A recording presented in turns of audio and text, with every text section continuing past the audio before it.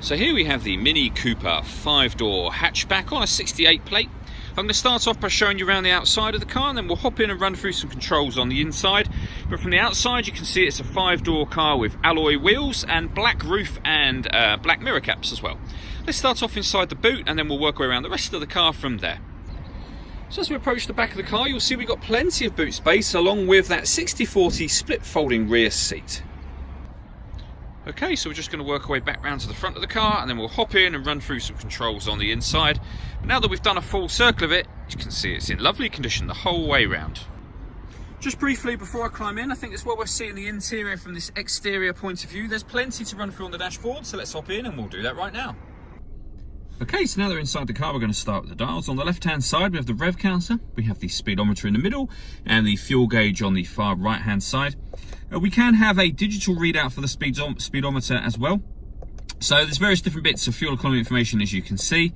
I'm doing all this by hitting the button on the end of the indicator stalk, but if you leave it on that one, you'll have a digital readout for the speedometer will take over the majority of that screen.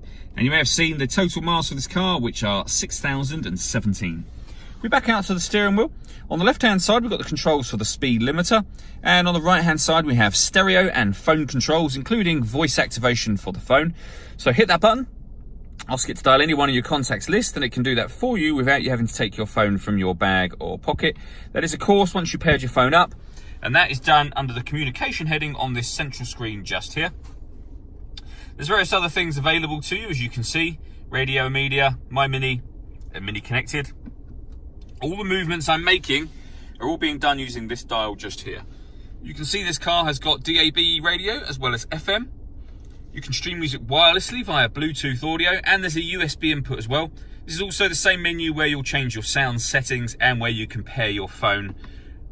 And you can pair your phone, of course, under the communication heading as mentioned before. Working our way down, we have the air conditioning, so you can determine the direction of the airflow, fan speed, temperature, and then hit that button to turn the air conditioning on. Same again to turn it off. That button will recirculate the air that's in the car. That's a great way of heating it up or cooling it down quickly, depending on the temperature that you set on this dial. Then underneath that, we have these buttons here. So this one, firstly, turns off the traction control. That one will start and stop the engine. You just need to make sure that the key is in the car somewhere. And that one turns off the stop and start. So this car is designed to cut out when it's stationary in traffic to save you fuel. Hit that button to turn that system off. Under that, we have a 12-volt charging socket, the USB input, and a 6-speed manual gearbox. All that leaves me to say is thank you for taking the time to watch this video. If you'd like to come and see the car in person and have a test drive, please feel free to call any of our MJA sites. We'd love to hear from you soon.